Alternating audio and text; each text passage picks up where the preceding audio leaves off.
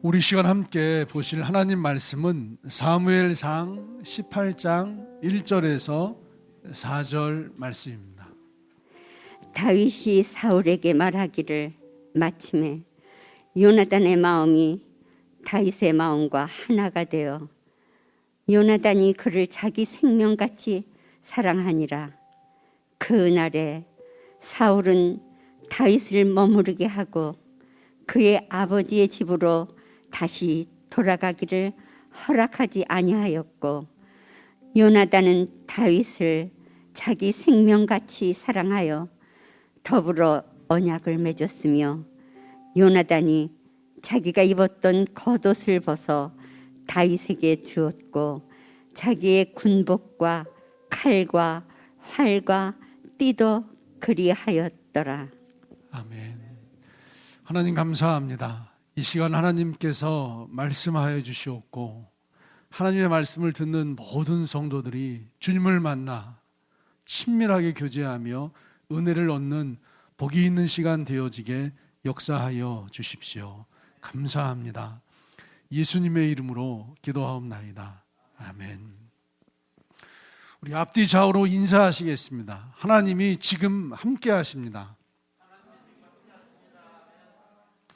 하나님께서 지금 여러분과 바로 그 곁에 함께 하시는 줄 믿습니다. 우리의 삶에 현실이 있고 하나님의 약속, 말씀이 있습니다. 우리 현실을 도무지 이해할 수 없는 때가 있습니다. 오늘 벌어지는 상황이, 오늘 벌어지는 현실을 도무지 이해하지 못할 때가 있습니다. 그리고 또한 그것을 받아들이고 살아야 하는 우리의 신앙이 있습니다. 하필이면 이럴 때 이런 일이 벌어지다니 라고 하는 생각을 지난주에 제가 했습니다. 사순절 제사장 특별 새벽기도회 기간입니다. 하필이면 지금 이 중요한 때에 제가 코로나에 확진되어서 일주일 동안 자가격리를 해야 했습니다. 가뜩이나 코로나 확진자들이 성도들 가운데 늘어나고 있으면서 제 특세의 열기가 식어지고 있었습니다. 기도에 불을 붙이고 뜨겁게 해서 더 모이고 더 힘써 기도하고 더 뜨겁게 주님을 찬양하며 가까이 나아가야 되는데, 여러 확진자들 때문에 현장 참여자들이 줄어들고 심지어 유튜브 온라인에서 예배하는 성도들도 숫자가 줄어들고 있었어요. 그런데 하필 그럴 때 저마저 코로나에 확진되어서 지난 일주일 동안 꼼짝없이 자가격리를 해야 하는 처지에 빠졌습니다. 도대체 주님께서 왜 하필 이런 때에 저를 움직이지 못하게 하는 것인지, 왜 하필 이럴 때 저마저 확진되게 하셔서 예배에 참여하지 못하게 하는 것인지, 주님의 뜻이 무엇일까 생각하고 기도하고 묵상을 많이 해보았지만 주님의 뜻을 쉽게 발견할 수가 없었습니다. 한 자매가 있어요. 운전할 때마다 자꾸 백미러를 쳐다보면서 내 뒤에 따라오는 다른 자동차들의 운전자들을 유심히 살펴보고 있어요. 거리를 걸어갈 때는 자꾸 두리번거리면서 혹시 누가 있지 않나 살펴보게 돼요. 어떤 상가, 건물에 들어가면, 낯선 자리에 들어가면 먼저 살펴요. 이렇게 살핀 다음에 그 상점을 활보하기를 시작을 합니다. 계속 경계를 해요. 누가 뒤쫓아오지 않을까? 계속 살펴요. 누가 자기에게 손대지 않을까? 사실 얼마 전 이 자매는 이혼을 했습니다. 그런데 이혼한 전 남편으로부터 전화가 계속 와요. 전화를 받지 않았지만 이 전 남편이 음성 메시지를 남겼습니다. 절대로 내게서 도망치지 못해. 나 아직 네 남편이야. 너 절대로 도망치지 못해. 나 아직 네 남편이야. 내 손에 잡히면 너 죽어. 이렇게 음성 메시지를 남겼어요. 전 남편 한번 화가 났다 하면 본인조차도 그 화를 주체하지를 못해요. 주먹을 휘두르고 손에 잡히는 대로 집어 던지고, 심할 때는 칼부림을 하기도 해요. 그래서 전 남편이 술을 마시고 들어온 날이면 이 자매가 바짝 긴장을 했어요. 아이들을 방으로 피신시키고 문을 걸어 잠겼어요. 무슨 일이 어떻게 벌어질지 알 수 없었기 때문에 두려움에 떨어야 했어요. 이 자매의 얼굴에서 멍자국이 가실 날이 없었습니다. 주변 이웃들이 말해요. 또 얻어 터졌구나. 또 술 마시고 들어왔구나. 너 평생 그렇게 살래? 결국 너무 힘들고 힘든 세월을 보내다가 급기야 이혼을 했어요. 법원에 가서 이혼에 합의를 했어요. 심지어 법원에서는요, 전 남편에게 접근 금지 명령을 내렸어요. 법적으로 전 남편은 이 아내에게 찾아와서도 안 되고 가까이 있을 수가 없습니다. 그런데도 이 전 남편은 법원의 접근 금지 명령을 무시했습니다. 아무 때나 찾아오고 폭언, 폭행을 끊임없이 휘둘렀어요. 그래서 얼마 전에 음성 메시지를 남긴 거예요. 너 내 손에 잡히면 죽어. 나 아직 네 남편이야. 그래서 이 자매는 운전할 때마다 계속 두리번두리번 하게 돼요. 낯선 거리를 걸어갈 때 자꾸 뒤돌아보게 돼요. 어떤 상점 안에 들어가면 무서워서 주변을 끊임없이 살피게 돼요. 왜 이 자매에게, 왜 내 인생에 이런 어려운 일이 벌어졌는지 이 자매 모르겠어요. 나름대로 교회 다니고 신앙생활하고 기도하고 있던 자매였는데 왜 내 인생이 이런 어려운 상황이 벌어진 건지, 이 상황을, 이 남북한 남편에 대해서 이해할 수가 없어요. 하나님의 뜻이 있죠. 하나님의 배열이 있습니다. 하나님의 계획이 있습니다. 주변에서 이렇게들 많이 얘기해 주지만 하나님의 뜻이 뭔지 모르겠어요. 주님의 계획이 있다고 하는데, 주님의 배열이 있다고 하는데, 오늘 내가 만난 이 엄청난 상황 속에서 주님의 배열이 뭔지 전혀 이해할 수가 없어요. 여러분에게도 이런 상황들이 있으시죠? 도대체 오늘 내 앞에 벌어진 이 상황, 오늘 내 앞에 벌어진 이 문제, 주님의 뜻이 있다고 하는데 그 뜻을 모르겠어요. 왜 나에게 이런 일이 벌어지는지 아무리 이해하려고 해도 이해가 되지를 않아요. 심지어 하나님이 하신 이 처사가 너무 지나친 것처럼 보여요. 해도 너무하시지. 하나님이 이번 기도에는 응답해 주실 줄 알았어요. 하나님이 이 문제는 처리하시고 해결해 주실 줄 알았어요. 그런데 마치 하나님이 저를 배신한 것 같아요. 하나님이 내리신 결정이라고 하지만 받아들일 수가 없어요. 하나님의 처사가 이해가 되지 않아요. 왜 내 삶에 이런 일이 벌어져야 하는 것인지, 왜 내 인생이 이런 파국적인 상황으로 이끌려가야 하는 것인지, 이 상황이 도무지 이해가 안 돼요. 도대체 나에게 이런 난폭한 짓을 저지르는 이 사람이, 이 전 남편이 도무지 이해가 되지를 않아요. 여러분에게도 분명히 있을 거예요. 여러분의 마음을 힘들게 하는 이 난폭한 전 남편이 있을 거예요. 여러분의 삶을 어렵게 하는 이 엄청난 상황들이 있을 거예요. 한마디로 난폭한 상황, 난폭한 괴물, 난폭한 사울 왕 같은 그런 존재, 그런 대상이 여러분의 삶에도 있을 거예요. 어쩌면 그 사람이 여러분의 남편일 수도 있어요. 아내일 수도 있어요. 내 자식일 수도 있어요. 직장의 상사일 수도 있어요. 무자비하게 정말 지나치게 업무를 주는 직장의 대표일 수도 있어요. 사사건건 간섭하는 엄마일 수도 있고요. 정말로 호랑이같이 무시무시한 학교 선생님일 수도 있어요. 정말로 교회에 올 때마다 만나는 교회의 성도일 수도 있어요. 어쩜 자기중심적이고 자기 하고 싶은 말을 다 쏟아내는지, 남의 상처를 받든 말든 아무 신경도 쓰지 않고 막 퍼부어대는 교회의 성도, 가까운 친구, 어쩌면 나의 가족일 수도 있어요. 들판에서 양을 치고 있었어요.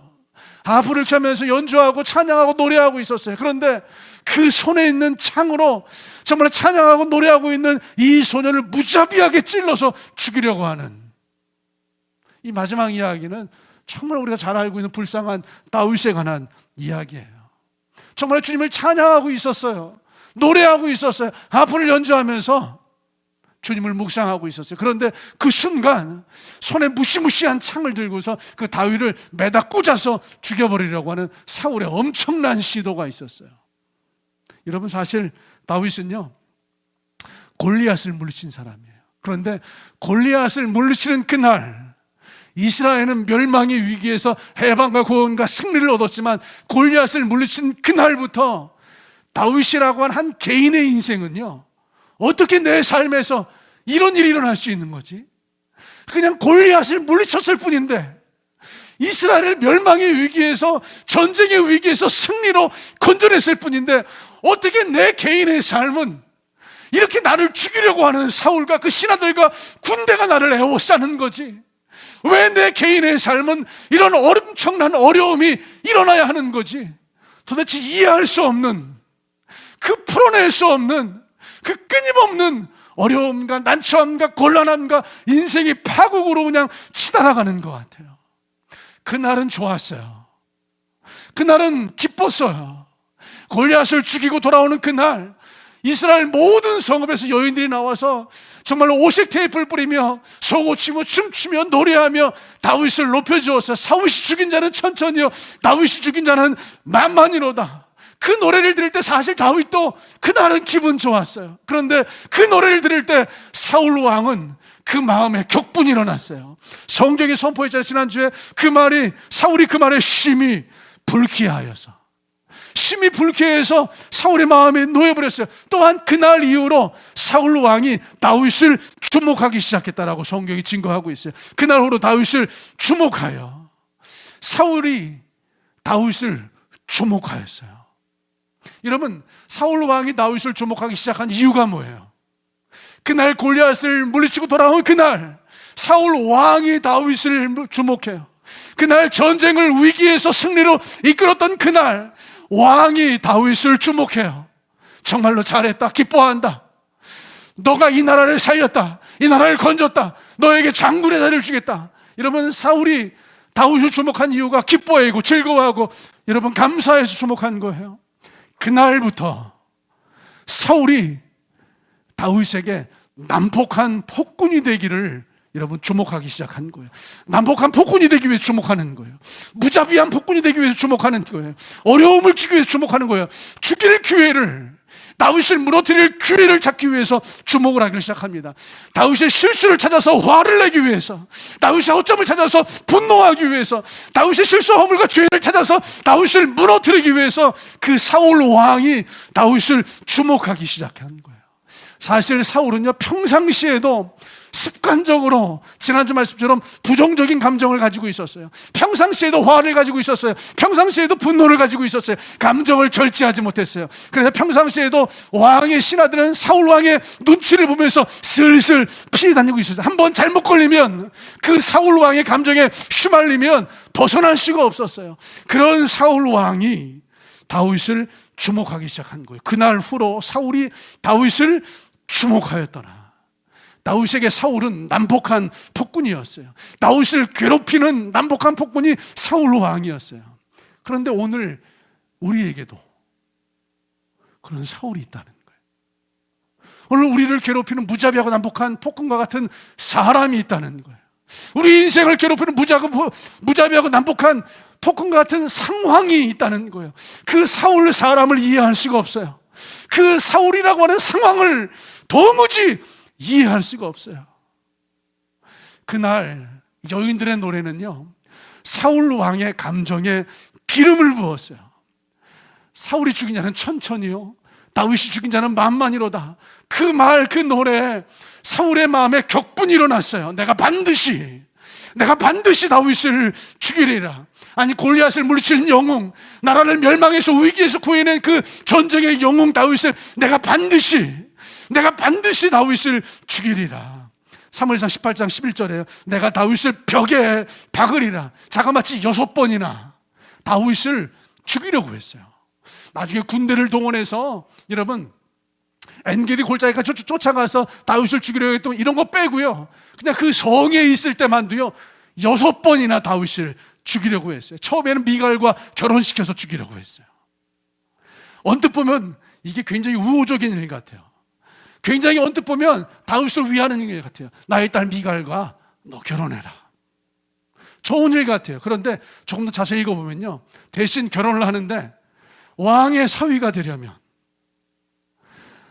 아니 내 딸과 결혼하면 적어도 이 격식에 맞는 결혼 예물을 준비해야 되지 않겠느냐. 나는 너에게 금은 보물 이런 폐물을 요구하지 않는다. 네가 베들레헴에서 양을 치던 소년이었는데 금은 보석, 귀한 비단 이런 폐물을 원하지 않고 너가 골리앗을 때려잡았으니 이번에도 블레셋 적진 속에 들어가서 블레셋 남자 성기 포피 100개를 잘라와라. 그거면 충분한, 나는 금덩어리, 은덩어리, 보석, 비단, 진귀한 보물들, 난 그런 거 원하지 않는다. 그냥 내 딸 미갈과 결혼하기를 원한다면 블레셋 남자 성기 포피 100개를 잘라와라. 여러분, 이거 결혼을 시키겠다는 거예요? 다윗을 죽이겠다는 거예요? 결혼을 빌미로 다윗을 죽이겠다는 거 생각해 보세요. 다윗은 골리앗을 죽인 사람이에요. 블레셋 민족의 입장에서 우리의 영웅, 우리의 용사, 우리의 장군 골리앗을 죽인 다윗은 민족의 원수였어요. 다윗을 생각만 해도 이를 갈고요, 다윗을 생각만 해도 치를 떨었는데 그 다윗이 블레셋 적진 한가운데 들어온다면 모든 성읍에서 블레셋 용사 남자들이 다 나와서 다윗을 죽이려고 할 거예요. 다시 말해서 블레셋 남자 포피 100개를 잘 나오라고 하는 것은 결혼을 시키겠다는 것이 아니라 다윗을 죽이겠다고 하는 거예요. 사울 왕이 기대했을 거예요. 다윗이 블레셋 적진 속에 들어가면 블레셋 성읍에서 모든 남자들이 나와서 다윗을 아마 죽이겠지? 아마 죽을 거야. 반드시 죽을 거야. 결혼을 빌미로 다윗을 죽이려고 하는 거예요. 그런데 하나님은 그때에도 다윗과 함께 하셨어요. 블레셋 남자 포피 100개를 잘라온 것이 아니라 그 2배에 해당하는 블레셋 남자 포피 200개를 잘라다가 사울 왕에게 주었어요. 그럼에도 불구하고 사울 왕이 포기하지 않습니다. 신하들과 그 아들 요나단에게 다윗을 죽이라고 명령했어요. 요나단 왕자야, 다윗이 이 아버지를 밀어내고 왕이 되려고 하는데 너도 쫓겨날 것이고 신하들과 함께 다윗을 죽여라. 그러나 요나단이요, 사울의 신하들이요, 아무도 그 명령을 따르지 않았습니다. 실패했어요. 사울이 직접 창을 들고 다윗에게 집어 던져서 다윗을 죽이려고 했어요. 지난주에 설교드렸잖아요. 사울이 2번이나 창을요, 2번이나 던졌지만 다윗이요, 그것을 슝슝 피해버렸어요. 이것마저도 실패했어요. 한밤중에 자객을 보내서 다윗을 암살하려고 했어요. 그때도 이미 결혼한 미갈이 다윗을 창문으로 탈출시켜서 그 위기를 벗어나게 했어요. 사울은 항상 무자비하고 난폭하게 다윗을 죽이려고 했고요, 다윗을 심었고 약한 자였지만 번번이 그 위기를 벗어났어요. 약한 자 다윗이 강한 자 사울보다 늘 한 발 앞서 있었다고요. 여기엔 특별한 이유가 있어요. 늘 한 발 앞설 수 있었던 특별한 이유가 있어요. 강하고 난폭한 사울이 무자비하게 짓밟고 공격을 하고 죽이려고 하지만 늘 한 발 먼저 앞서서 그 위기를 벗어나는 다윗의 이야기가 있어요. 그럼에도 불구하고요, 다윗이 이해할 수 없는 게 있어요. 아무리 생각해도 이해할 수가 없어요. 사울이 왜 나를 죽이려고 하는 것인지 이해가 되질 않아요. 도대체 하나님께서 기름 부어서 나를 세우셨는데 기름 부으신 하나님이 왜 이 상황을 이렇게 파국으로 끌고 가는 것인지, 하나님의 뜻이 무엇인지 하나님도 이해가 되질 않아요. 사울이 나를 죽이려 하는 것도 이해가 되지를 않아요. 생각을 해보세요. 내가 다윗이 사울 왕에게 뭐 해로운 일을 한 것이 있나요? 아니, 다윗이 하나님에게 그 시절에 어떤 죄를 지은 것이 있나요? 다윗이 하나님에게 어떤 죄를 지은 것도 없고요, 다윗이 사울 왕에게 어떤 해로운 일을 한 것도 없는데 도대체 왜 사울이 나를 죽이려고 하는 것인지, 왜 하나님이 이 상황을 그냥 놔두시고 보기시고 이렇게 파국으로 치달아가시는 것인지 도대체가 이해할 수가 없어요. 알 수가 없어요.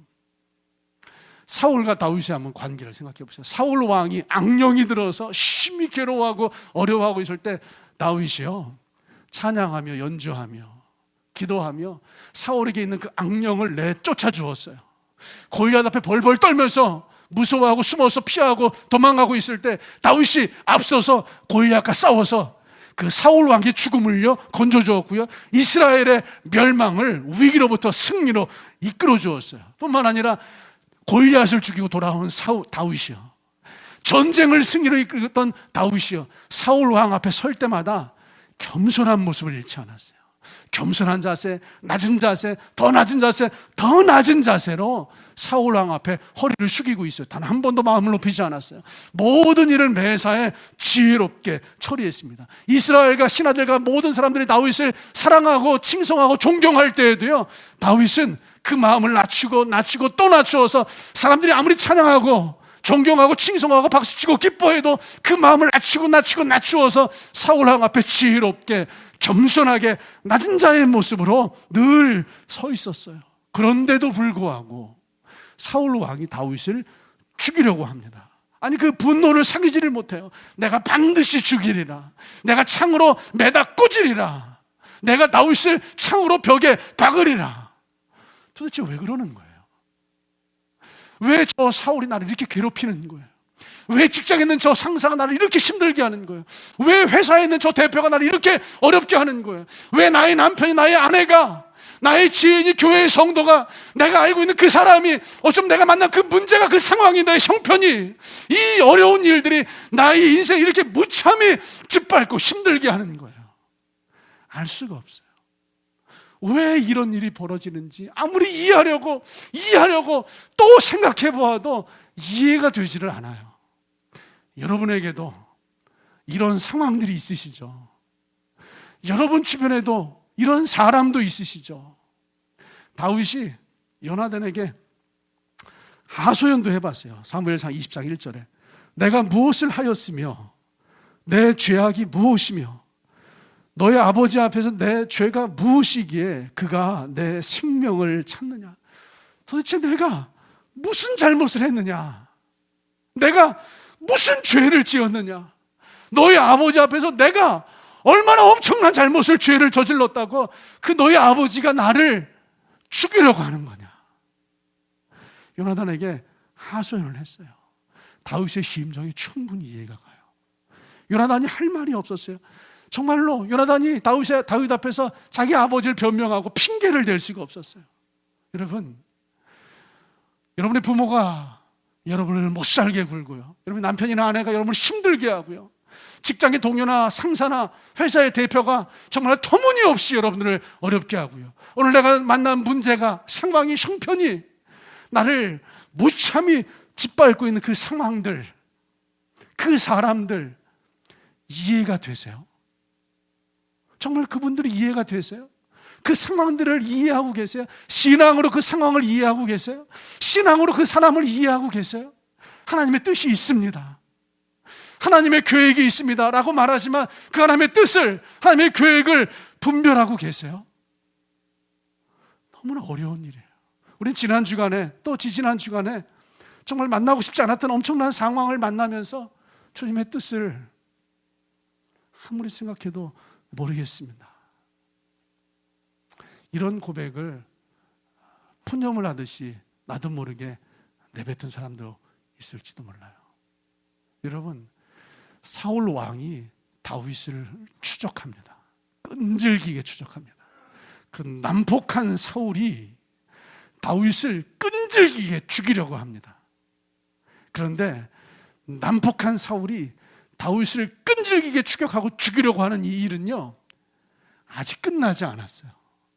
지금도 여전히 여러분의 사울이 여러분의 인생을 끈질기게 추격하면서 여러분의 사울이 여러분의 인생을 망가뜨리려고 하고 있어요.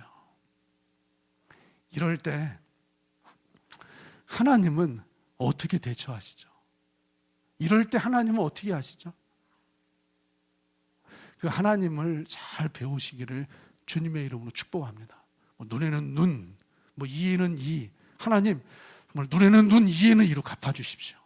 성경 보니까 하나님께서 눈에는 눈, 이에는 이로 이집트 왕 바로를 심판하신 것처럼 나의 사울을 눈에는 눈, 이에는 이로 갚아주십시오. 하나님께서 성경을 보니까 눈에는 눈, 이에는 이로 헤롯 왕을 심판하신 것처럼 나의 사울을 눈에는 눈, 이에는 이로 갚아주십시오. 여러분, 이렇게 말씀하시겠어요?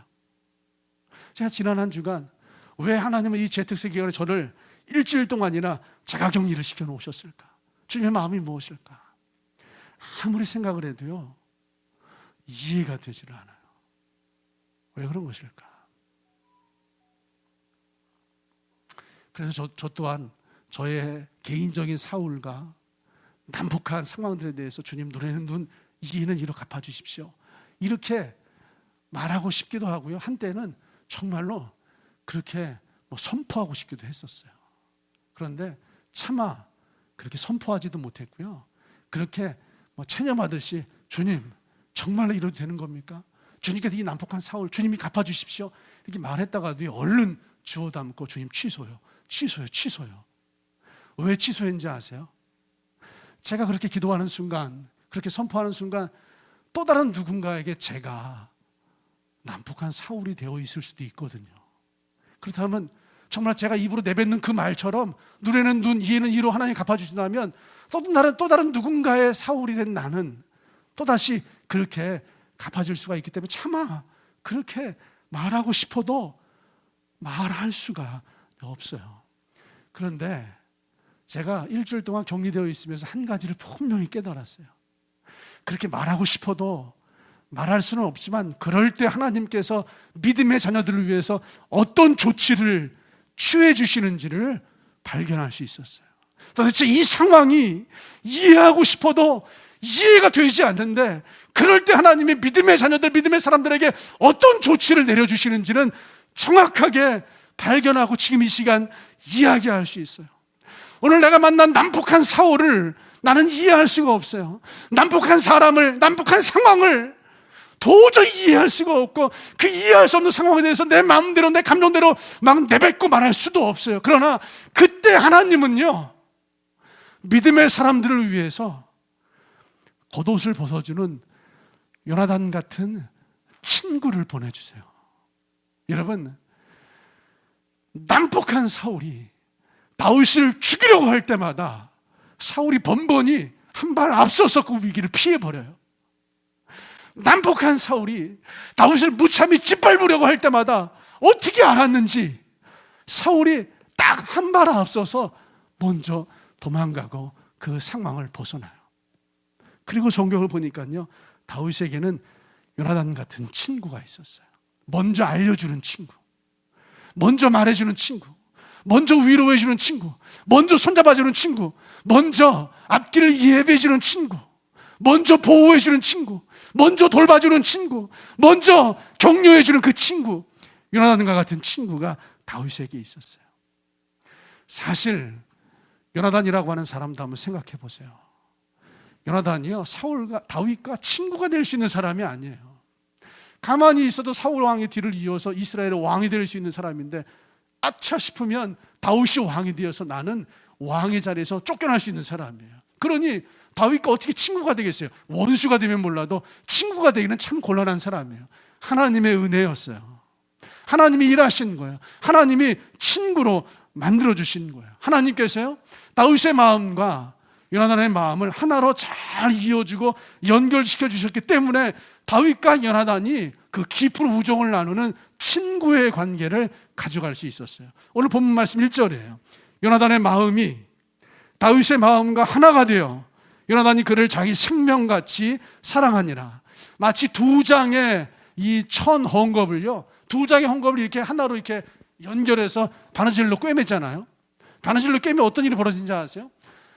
두 장의 헝겊, 요 앞에 있는 한 장이 헝겊이 움직이면 바느질로 이어지고 연결된 나머지 덧댄 이 헝겊도요 같이 움직여요. 요나단의 마음이 다윗의 마음과 하나가 돼요. 요나단의 마음이 움직이면 다윗의 마음이 움직이고요, 다윗의 마음이 움직이면 요나단의 마음이 움직여요. 다윗이 무서워서 근심을 하고 있으면 요나단도 같이 근심을 하면서 그 무서움을 피할 길을 다윗에게 얘기해줘요. 다윗이 피할 곳을 찾아서 도망가려고 하면 요나단의 마음도 같이 움직여서 어디로 도망가야 할지, 어디에 숨어 있어야 할지 먼저 이제 말해줘요. 늘 요나단의 마음이 다윗의 마음과 하나로 이어지고 연결되어서 같이 움직이고 있었어요. 그날 사울 왕이 다윗을 죽이려고 할 때도요, 요나단의 마음이 그것을 먼저 알고 다윗에게 말해주어서 다윗이 그것을 피할 수 있도록 해주었어요.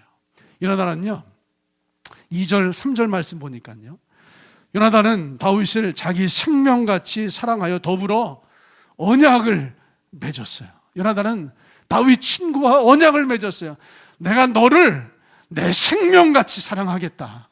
우리 약속을 맺자. 나는 너를 생명과 같이 사랑하겠다. 요나단은 다윗과 언약을 맺기를 생명과 같이 사랑하기로 약속을 맺었어요. 다윗 내 친구야. 이제부터 나의 생명은 다윗이고 다윗의 생명은 나의 생명이다. 이렇게 약속을 맺어주었어요. 그 뒤로요, 4절, 요나단이 자기가 입었던 겉옷을 벗어 다윗에게 주었고 다윗이 입고 있던 허름한 옷을 벗겨내고요, 자신이 입고 있던 왕자의 옷을 입혀주었어요. 요나단의 겉옷은요, 왕자의 겉옷이에요. 왕의 권세, 왕의 신분을, 죄인의 신분을 거두어 주고요, 왕의 신분이라고 하는 겉옷을 요나단이 다윗에게 입혀주었어요. 이스라엘의 왕위 계승자가 그 왕복을 벗어서 다윗에게 입혀준 거예요. 그 뒤로 보세요. 자기의 군복과 칼과 활도 띠도 그리하였더라. 여러분, 자신의 군복을 다윗에게 입혀줬어요. 자신의 칼을 다윗에게 주었어요. 여러분, 그거 아세요? 블레셋과 이스라엘 전쟁할 때 블레셋은 철기 무기로 무장을 하고 있었지만 아직 이스라엘은 청동기 무기를 가지고 있었어요. 그래서 이스라엘 전군에 여러분, 쇠로 만든 칼이 총 몇 개 있었는지 아세요? 2개 있었어요. 2개. 성경 읽어보시면 사울 왕이 가지고 있었던 칼, 요나단이 가지고 있었던 칼, 이 2개 외에는 이스라엘 군대 내에 철로 만든 칼이 없었어요, 여러분. 그런데 2자루밖에 없는 그 칼 중에 한 자루를요, 요나단이 다윗에게 준 거예요. 군복을 입혀주고요, 칼을 주고요, 활을 주고 띠도 주었어요. 다윗을 보호했어요. 내가 너를 보호해 주겠다. 사울 우리 아버지가 너를 죽이려고 할 때마다 내가 알려줄 것이고 돌볼 것이고 보호해 주겠다.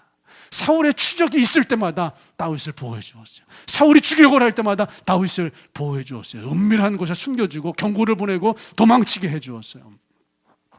사무엘상 19장 2절 말씀 보니까요, 그가 다윗에게 말하여 이르되 내 아버지 사울이 너를 죽이기를 꾀하시느니라. 그러므로 이제 청하노니 아침에 조심하여 은밀한 곳에 숨어 있으라. 다윗을 내 생명처럼 사랑하기로 약속을 맺었고요, 왕의 예복을 입혀주었고요, 왕자의 보호받음을 다윗에게 제공해 주었어요. 이런 친구 있으면 얼마나 좋겠어요. 이런 친구가 있으면 얼마나 좋겠어요. 항상 곁에서 자기 생명처럼 나를 돌봐주고 보호해주고 사심없이 나를 아껴주는 그런 친구가 있으면 얼마나 좋겠어요. 요나단과 같은 친구가랑 있으면 생각하지 않고 말아도 돼요. 여러분, 우리 주변에 사람들을 만나서 참 많은 대화를 나누지만 여러분의 그 마음을 이야기하는 친구 몇 사람이나 있으세요? 여러분의 그 깊은 난폭한 사울, 앞서 말한 그 난폭한 전남편에 대한 이야기, 내 개인적인 은밀한 치부와 부끄러움에 대한 그 비참하고 초라한 이야기를 나눌 수 있는, 그 은밀함을 나눌 수 있는 그 친구 몇 사람이나 있으세요? 어떤 이야기를 나눌 때도 생각하면서 조심하면서 말을 가려가면서 이야기를 해야 돼요. 그런데 요나단 같은 친구는요, 생각하지 않고 내 마음에 있는 걸 그냥 다 쏟아부어도 전혀 상관없어요. 이게 알맹이가 뭔지 껍데기가 뭔지를 잘 알아서 껍데기를 날려버리고 알맹이만 쏙쏙 구별해서 잘 듣고, 그리고 다윗을 위하여서, 내 친구를 위하여서 약속을 하고 왕의 옷을 입혀주고 왕의 보호함을, 왕자의 돌봄을 제공해 주기로 약속을 해요. 여러분, 요나단은 다윗에게 그런 친구였어요. 다윗은 그런 요나단과 같은 친구를 얻음으로 말미암아 사울 왕의 난폭함을 한 발 앞서 피할 수 있었어요. 예수님이 우리의 그런 친구가 되어주시는 줄 믿습니다. 늘 우리보다 한 발 앞서서 우리의 상황을 보시고 우리보다 한 발 앞서서 우리의 좋은 친구가 되어주시는 분이 예수님이세요. 예수님이요, 우리와 약속을 하셨어요.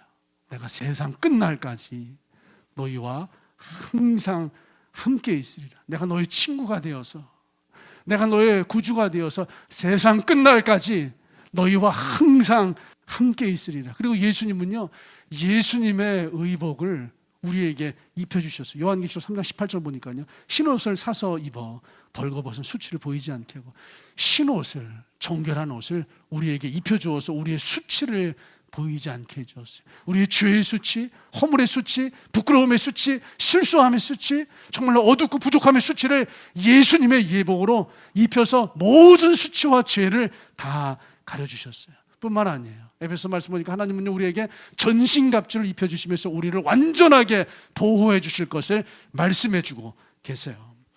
하나님의 전신갑주를 입혀주시면서요, 성령의 검 주의 말씀이라고 하는 무기까지 손에 쥐어주시면서 우리를 완벽하고 완전하게 보호하세요. 그 보호하심의 목소리는 요한복음 10장 28절에 이렇게 선포합니다. 내가 그들에게 영생을 주노니 영원히 멸망하지 아니할 것이, 내가 너희에게 구원을 주노니, 영생을 주노니 영원히 멸망하지 아니할 것이, 또 그들을 내 손에서, 주님의 손에서 빼앗을 자가 없느니라. 주님께서 끝까지 책임지고 구원해내시겠다는 거예요. 주님께서 끝까지 책임지고 책임져 주시겠다는 거예요. 주님께서 끝까지 책임지고 살려내시겠다는 거예요. 그분이 바로 우리의 예수님이세요. 다윗에게 요나단이 있었던 것처럼 우리에게는 예수님이라고 하는 요나단이 친구가 되어서 우리를 살피시고 돌보시고 보호하시고 입히시고 우리의 수치를 가려주시고 우리의 신분을 왕의 신분, 하나님의 자녀의 신분으로 바꾸어 주시는 줄 믿습니다. 여러분의 그런 친구 있으세요? 지난 한 주간 자가격리를 하면서요, 정말로 답답했어요. 내려가야 되는데 수요일 날은요, 현장에 5명 나오셔서 예배 드리셨어요. 수요일 날 이 현장에 5명, 현장 예배자 5명이라고 하는 이제 보고를 이제 3층에서 받으면서요, 주님, 정말 어떻게 하면 되지? 그렇다고 수요일 날 디아스포라 온라인 예배 접속자가 한 40명, 50명 이렇게 들어온 것도 아니었어요. 평상시에 접속해서 예배하시는 고인원 딱. 그런데 현장은 완전히 그냥 5명밖에 나오지 않는 거죠. 주님 어떻게 하죠? 왜 이렇게 중요한 때에 저를 자가격리시키시고 이렇게 중요한 때에 현장에서 같이 예배하시면서 예배의 영성, 기도의 영성, 그 하나님의 뜨거움을 우리 현장에서 온라인으로 흘려보내야 되는데 왜 이것을 하나님 막으시는 거죠? 그러고 보니까 지난 3월 첫째 주부터 계속해서 많은 확진자들로 인하여서 우리 예배가 점점 무너지는 것 같은 느낌을 받았어요. 왜 이런 일이 벌어지는지 이해가 되지 않았어요. 그리고 시간이 흐르면서 말씀을 묵상하다, 사실은 지난주에는 이제 사무엘상 18장 후반부에 말씀을 드렸잖아요. 그리고 이제 사무엘상을 계속 읽어가는데 다시 이제 읽고 사무엘상 18장 1절부터 읽는데 제가 지난주에 놓쳤던 말씀이 있는 거예요. 다윗에게 요나단이 있었구나. 정말 이 상황이 이해가 되지 않지만 이 난폭한 사람, 난폭한 상황이 이해가 되지 않고 왜 그런지 전혀 모르겠지만 이해가 되지 않아도 다윗에게는 이해가 되지 않는 상황을 함께 나눌 수 있는 친구 요나단이 있었구나. 한 발 앞서서 피할 수 있도록 이끌어주는 친구 요나단이 있었구나. 제가요 3층에서 격리되어 있는 동안 얼마나 많은 요나단 친구들을 만났는지 헤아릴 수가 없어요. 제가 몸은 3층에 있고 성도들 만날 수 없는데요, 마치 우리 김하자 권사님께서 새벽에 우리가 연결되어 있잖아요. 주님과 연결되어져 있고 얼마나 많은 성도들과 연결되어져 있는지 새벽 시간에 말씀을 딱 주시는데, 맞아, 내가 격리되어져 있지만 많은 성도들과 연결되어져 있는 거예요. 얼마나 많은 성도들이 저를 위해서 중보하고 기도해 주시고, 그리고 그냥 문고리에 나가면요, 문고리에 뭐가 자꾸 걸려 있어요. 어떤 날은 빵도 걸려 있고 과일도 걸려 있고 우유도 걸려 있고요, 떡도 걸려 있고요, 어떤 날은 김치찌개도 걸려 있고요, 사골 국물도 걸려 있고요. 정말 수많은 것들이 끊임없이 막 걸려 있는 거예요. 어떤 분은 이제 노크를 살짝 똑똑 하시고 이제 제가 인기척이 좀 들리면 살짝 내려가세요. 그래서 뭐지 하고서 딱 문을 열어보면 걸려 있어요. 근데 어떤 분은 제가 똑똑했는데 못 들었나 봐요. 처음에 똑똑, 제가 무슨 소리가 났나? 좀 이따 또 똑똑, 노크 소리인가? 근데 이분이 좀 성격이 급하셨는지 똑똑하고 제가 인기척이 없으니까 문을 꽝꽝꽝 두드리시더라고요. 그래서 제가 얼른 나가봤더니 그 앞에 또 뭔가 걸려 있더라고요. 몸은 격리되어 있었지만요, 제가 혼자가 아니라는 것을 저 공간 안에서 충분히 느낄 수 있어요. 요나단이라고 하는 친구가 저와 함께해서요, 제 마음과 마음으로 연결되어서 요나단의 마음이 다윗의 마음과 하나가 되어서 겉옷을 벗어주고 갑옷을 입혀주고 칼을 내어주고 활을 주고 띠를 내어주는 그 요나단의 사랑을요 충분히 느낄 수 있었어요. 그리고 한 가지 사건을 발견했어요. 제 특세 기간에 현장에 나와서 기도하는 거 매우 중요합니다. 기도하시기를 축복합니다. 제 특세 온라인에서 예배하시 기도하는 거 굉장히 중요합니다. 가정에서 틀어라도 놓으시고 예배하시고 기도하시기를 주님의 이름으로 축복합니다. 그런데 우리의 현실은요, 기도하지만 응답이 되지 않는 일들을 가지고 있다는 거예요. 기도하지만 이 난폭한 사람, 난폭한 상황, 난폭한 폭군, 난폭한 사울의 추격이 여전히 멈추지 않고 끊임없이 우리를 추격해 들어오고 끈질기게 우리를 무참히 짓밟고 죽이려고 하는 상황들이 연속되고 여전히 진행되고 있다라고 하는 거예요. 그래서 기도만 하다 보면 실망할 수 있어요. 기도만 하다 보면 넘어질 수 있어요. 기도만 하다 보면 왜 내 삶에 이런 일이 벌어지는 것이지 이해하지 못하고 그냥 자포자기할 수 있어요. 여러분, 그런데 주님은요, 그럴 때 한 가지 조치를 취하세요. 요나단을 보내주세요. 친구를 보내주세요. 기도만으로 할 수 없어서 그때 내가 넘어질까봐 나를 붙잡아주는 요나단을 보내주세요. 내가 이 난폭한 상황에 무참히 짓밟혀서 자포자기 해버릴까봐 나를 붙잡아서 얼른 세워주고 나에게 더욱더 하나님을 의지할 수 있는 힘으로 나를 끌어주는 그런 요나단 같은 친구를 보내주신다고요. 주님, 자기가 현장에 내려가서 기도할 수 없는데 너무나 많은 하늘바람 요나단들과 연결되어서 이렇게 사랑을 받고 위로를 받고 격려를 받고 새 힘을 얻고 있습니다. 여러분, 수많은 요나단들이요, 지난 한 주간 저를 세워주셨어요. 또 수많은 요나단들이요, 우리 하늘바람교회 성도들을 찾아가시면서 위로하시고 격려하시면서 그들을 세워주고 있어요. 그 요나단이 사울 왕에게 무참히 짓밟혀 죽을 위기에 있는 다윗을 붙잡아서 더욱더 힘있게 주님을 의지하게 했고요, 더욱더 힘있게 그 길을 걸어가게 했고요, 그 사망의 음침한 골짜기를 빠져나올 수 있는 은혜를 요나단이 공급해 주었어요. 그분이 바로 예수님이세요. 그 예수님이 여러분을 구원하시고 그 예수님이 여러분의 신분을 죄인의 신분에서 왕의 신분으로 바꾸어서 이 옷을 입혀주시고 그 예수님이 전신갑주를 입혀서 여러분을 보호하시고 돌보시고 여러분의 삶을 이끌어 가시는 줄 믿습니다. 여러분, 기도하셔야 돼요. 정말로 기도하셔야 돼요. 그러나 기도만 하실 것이 아니라 내 옆에 요나단이라고 하는 예수님이 함께 있는 것을 느끼시기를 주님의 이름으로 축복합니다. 또한 내 옆에 예수님 요나단만이 아니라 하늘바람 성도라고 하는 요나단이 있음을 여러분 기뻐하시고 그들과 함께 교제하시기를 주님의 이름으로 축복합니다. 예수님 우리의 평생 친구로 삼으셔야 돼요. 이 교회에 있는 믿음의 친구들, 요나단들을 많이 세우시고 많이 교제하셔야 돼요. 또한 여러분들이 요나단이 되어서요, 지금 난폭한 상황을 만나서 쓰러져 있는 성도들을 찾아가셔서 손잡아 주셔야 돼요. 여러분, 되돌아보세요. 지금 당장 내가 격려해야 할 그 사람이 누구인지, 지금 위기를 만난 다윗이 누구인지, 지금 낙심 가운데 있는 다윗이 누구인지, 난폭한 가운데 쓰러져 있는 그 다윗이 누구인지, 여러분 주위를 한번 둘러보시고 생각해 보세요. 여러분, 손 내밀어 주셔야 돼요. 여러분의 겉옷을 벗어서 그에게 입혀 주셔야 돼요. 여러분 가지고 있는 그 무엇을 내어서 그를 돌보시고 보호해 주셔야 돼요. 우린 지난 금요일 한 자매의 그 가슴이 찢어지는 아픔을 듣고 알고 있어요. 그 자매에게 요나단이 필요해요. 여러분이 그 자매님의 요나단이 되어주세요. 예수님을 소개해 주세요. 더욱더 힘을 내어서 예수님을 의지할 수 있도록 여러분이 기도해 주시고 위로해 주시고 손을 내밀어 주셔야 돼요. 여러분, 우리 주변에 그런 사람들 많이 있어요. 지금 이 운양동 성전에도 앉아 있고요, 디아스포라 성전에도 앉아 있어요. 지금 난폭한 사울을 만난 다윗들이 많이들이 있다고요. 그 다윗들을 찾아가시는 요나단이 되시기를 주님의 이름으로 축복합니다.